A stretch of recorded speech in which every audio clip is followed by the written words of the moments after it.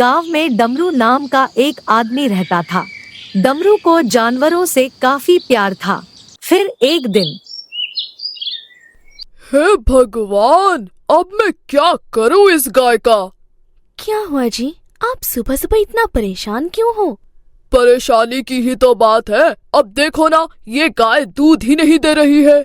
लगता है आप कुछ भूल रहे हो। क्या? मुझे तो कुछ याद नहीं आ रहा है। अरे बाबा, उस आदमी की बात याद करो जिसने तुम्हें ये गाय दी थी।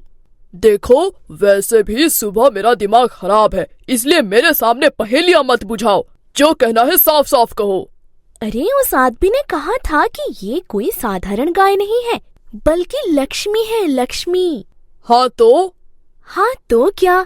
इस गाय की सेवा कीजिए। और वैसे भी इस गाय को यहाँ लाए केवल 2 दिन ही हुए हैं। उस आदमी का तो नाम मत लो मेरे सामने। अपनी परेशानी को मेरे हाथ थमा गया। हाँ। अब चाहे जो भी हो, आपको गाय की सेवा तो करनी ही पड़ेगी, तभी तो आपको ढेर सारा दूध मिलेगा। तुम कहती हो तो मैं कुछ दिन और इस गाय की सेवा कर लेता हूँ। ये हुई ना कुछ बात।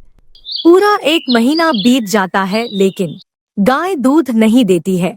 इस गाय ने तो मेरा दिमाग खराब करके रख दिया है। क्या हुआ जी? आप सुबह सुबह क्यों चिल्ला रहे हो? क्यों ना चिल्लाऊं? पूरे 1 महीने से इस गाय की सेवा कर रहा हूँ ताकि मुझे दूध मिले, लेकिन इसने तो दूध ना देने की कसम खा रखी है। आप शांत हो जाइए। गाय तो माँ की रूप होती है। इस मासूम को माफ कर दीजिए। आज मैं तुम्हारी कोई बात नहीं सुनूंगा। तुम्हारी वजह से पिछले 1 महीने से इस गाय का बोझ उठा रहा हूँ। अब जाने भी दीजिए। क्या बेजुबान जानवर पर गुस्सा करना।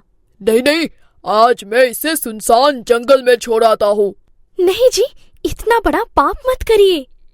तुम्हें एक बात की समझ नहीं आती क्या? हटो मेरे रास्ते से। आदमी गाय को लेकर जंगल की तरफ रवाना हो जाता है।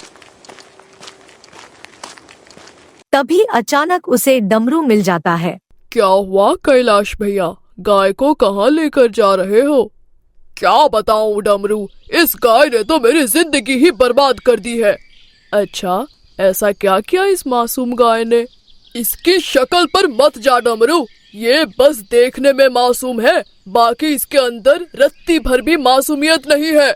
अरे भैया, लेकिन हुआ क्या? कैलाश डमरू को सारी बात बता देता है। बस इतनी छोटी बात पर आप इस मासूम पर गुस्सा हो गए? अच्छा, तो ये बात तुझे छोटी लग रही है? खुद के साथ ऐसा कुछ होता तुझे तब पता चलता। नहीं भैया, ऐसा नहीं है। गाय तो हमारी दूसरी माँ होती है, भला उसकी सेवा करने में कैसा दुख। बड़ी बड़ी बातें करने से कुछ नहीं होता। एक दिन गाय की सेवा करनी पड़ जाए तब तुझे पता चलेगा। हाँ। एक दिन क्या, मैं तो मरते दम तक इस गाय की सेवा कर सकता हूँ। अच्छा, तो ये ले, अब तू ही इस गाय की सेवा कर। और हाँ, इस गाय से दूध की उम्मीद मत रखना। हाँ। ऐसा कहकर कैलाश वहाँ से चला जाता है। हे भगवान, मेरे पास तो इस गाय को खिलाने के लिए पैसे भी नहीं है। चलो कोई बात नहीं, अपने हिस्से का खाना खिला दूंगा।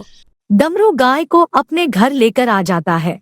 आओ गौ माता, मेरे इस छोटे से घर में आपका स्वागत है। अरे वाह, कितनी सुंदर गाय है।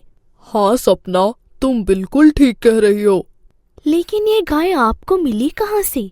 डमरू अपनी पत्नी को सारी बात बता देता है। हे भगवान, कैसे कैसे लोग हैं इस दुनिया में, अपने स्वार्थ के लिए कुछ भी कर देते हैं। हाँ। चलो कोई बात नहीं, अब हम इस गाय की सेवा करेंगे। हाँ, और अब हम इसे लक्ष्मी कहकर बुलाएंगे। डमरू और उसकी पत्नी दिल से गाय की सेवा करने लगते हैं। फिर एक दिन,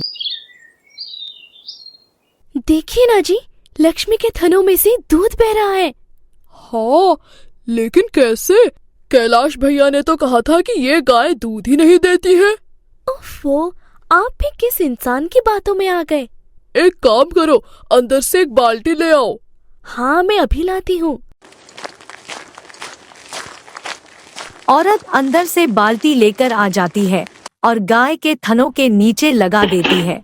देखते ही देखते बाल्टी दूध से भर जाती है। बाल्टी तो पूरी भर गई है। लेकिन दूध तो अभी भी गिर रहा है। एक काम करो, तुम दूसरी बाल्टी ले आओ। हाँ हाँ रुको। औरत दूसरी बाल्टी लेकर आती है। देखते ही देखते वो बाल्टी भी दूध से भर जाती है। ऐसे करते करते डमरू के घर के सारे बर्तन दूध से भर जाते हैं। हे भगवान, लक्ष्मी को क्या हो गया है? दूध तो बंद ही नहीं हो रहा है। हाँ, मुझे भी समझ में नहीं आ रहा है।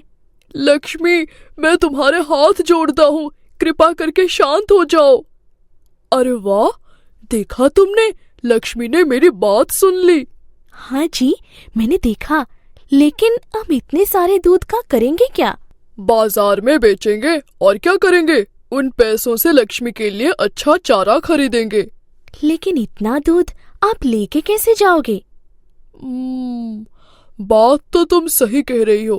काश ये सारा दूध घी, पनीर और खोया जैसी चीजों में बदल जाए। डमरू के इतना कहते ही सारा का सारा दूध घी, पनीर और खोया में बदल जाता है। अरे, ये कैसे हुआ? मुझे तो अपनी आंखों पर विश्वास ही नहीं हो रहा है। हाँ, मुझे भी लगता है ये कोई साधारण गाय नहीं है।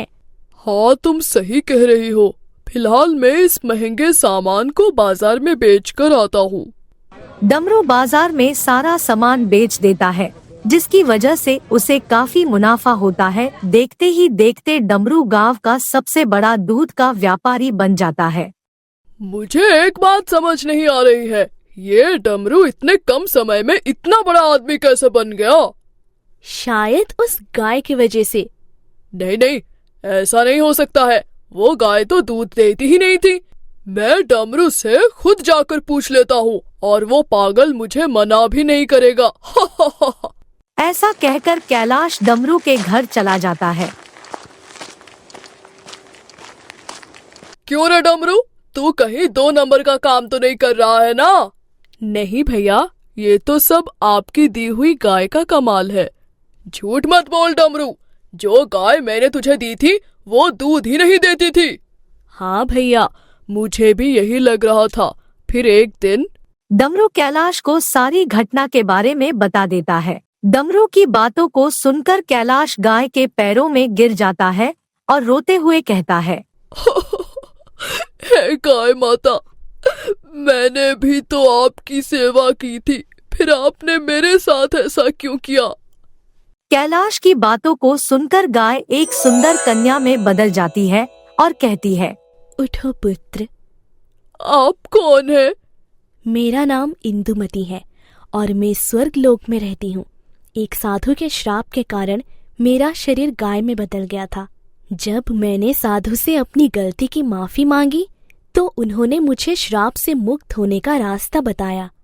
कैसा रास्ता देवी? उन्होंने कहा था, हे कन्या, इस गाय के रूप में जो भी इंसान तुम्हारी दिल से सेवा करेगा, उसी इंसान के द्वारा तुम्हें श्राप से मुक्ति मिलेगी। डमरू ने गाय रूप में मेरी बहुत सेवा की है, जिसकी वजह से मैं श्राप से मुक्त हो गई हूँ। मैं डमरू की सेवा से बहुत खुश थी, इसलिए मैंने उसे धन दौलत सब कुछ दे दिया।